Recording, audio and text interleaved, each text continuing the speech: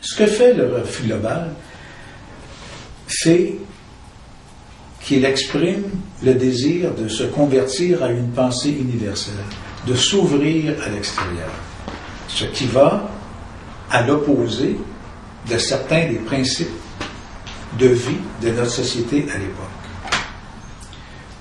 L'Église catholique contrôlait, en grande partie, le système éducatif, l'enseignement au Québec, et avait une influence considérable sur le monde politique, sur la société, sur le monde judiciaire. Le refus global rejette toutes ces autorités, rejette ce qu'il appelle lui-même cette grande noirceur et développe une pensée révolutionnaire où les Canadiens français, comme on s'appelait à l'époque, devraient abandonner leur vieille culture et en créer une nouvelle fondée sur les émotions, les sensations et sur ce qu'il appelait la magie. Je vous lis juste quelques phrases du refus global pour bien préciser le sens de sa pensée. Voici comment Bordua aborde son manifeste. Rompre définitivement avec toutes les habitudes de la société. Se désolidariser de son esprit utilitaire. Refus d'être sciemment au-dessous de nos possibilités psychiques. Refus total de fermer les yeux sur les vices et les duperies perpétrées sous le couvert du savoir, du service rendu, de la reconnaissance. Place à la magie, place aux mystères objectifs, place à l'amour et place aux nécessités. Ce texte-là a été écrit en 1948, mais certaines personnes mal intentionnées diront qu'il pourrait encore s'appliquer de nos jours. Évidemment, à la suite de la publication du refus global, il y a des conséquences politiques et financières pour Bordua, qui perd, sous la pression du premier ministre Duplessis, son poste à l'École du Meuble. Il est carrément congédié. Publie un autre texte qu'on retrouve maintenant en appendice au refus global, que sont les projections libérantes. Et il tente d'expliquer son action, mais les projections libérantes vont encore plus loin que le refus global, alors évidemment, c'est peine perdue.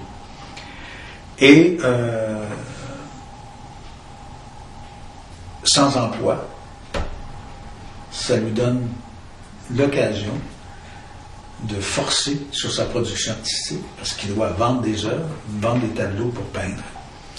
Et en l'espace de 2 ans et demi, ou à peu près, il travaille comme un déchaîné, produisant 32 expositions importantes en l'espace de 24 à 30 mois. Mais tout ça a un effet sur sa vie de famille. Il se sépare de sa femme. Ses concitoyens montréalais ne comprennent pas en majorité ce qu'il fait. Il vend sa maison, se prépare à partir aux États-Unis où il croit, parce que là aussi les choses ont changé énormément, il croit se faire des amis, il trouve qu'il va trouver un milieu plus intéressant. C'est donc un de nos premiers artistes majeurs qui va d'abord faire un séjour aux États-Unis avant d'aller faire un séjour à Paris. Alors voyez-vous comment la perspective, la pensée voyage que les États-Unis, avec les plasticiens de l'époque et les expressionnistes abstraits, comme Jackson, Pollock et les autres, commencent à avoir une influence sur les Québécois de l'époque. Il loue donc un atelier à Provincetown et ensuite déménage à New York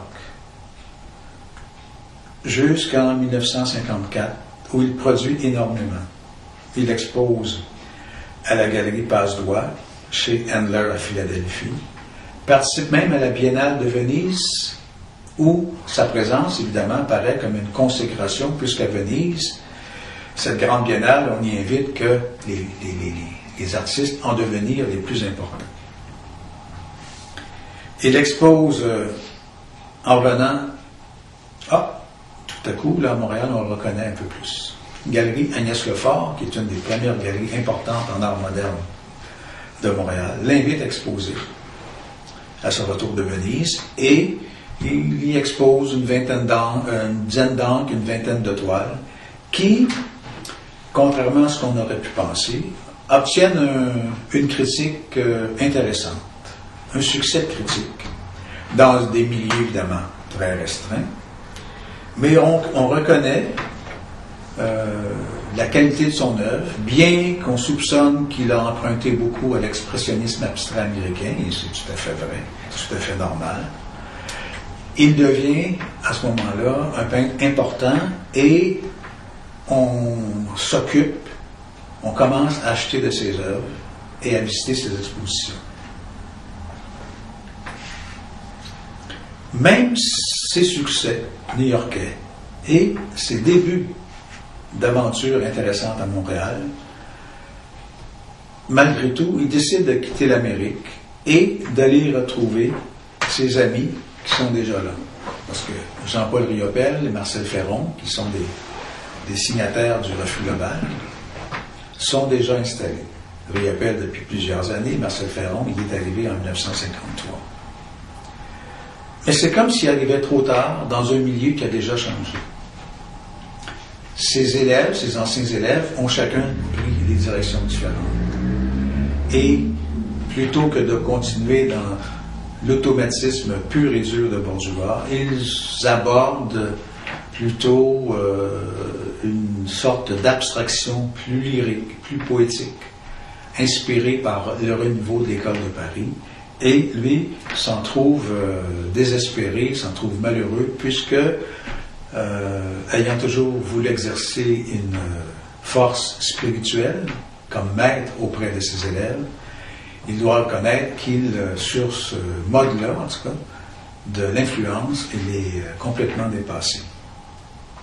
Alors, il vivote à Paris, expose jusqu'en 1959, retourne à New York pour y retrouver un climat plus favorable, et évidemment, il s'y retrouve à la galerie Martha Jackson en 1957, et cette grande galerie présente la majorité de ses œuvres qu'il a créées entre les années 50 et 56.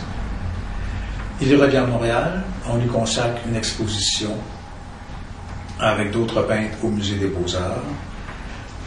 Son œuvre circule à travers le monde, en Australie, aux États-Unis, en Allemagne, à Genève, et continue son travail, mais si à New York il se sent comme chez lui, à Paris il s'y sent comme un étranger. Il s'ennuie, tombe malade et meurt en 1960, le 22 février exactement, dans son atelier, victime d'un malaise cardiaque, tout seul, sans avoir, comme ses comparses, eu la reconnaissance de Paris, reconnaissance qu'il espérait avoir.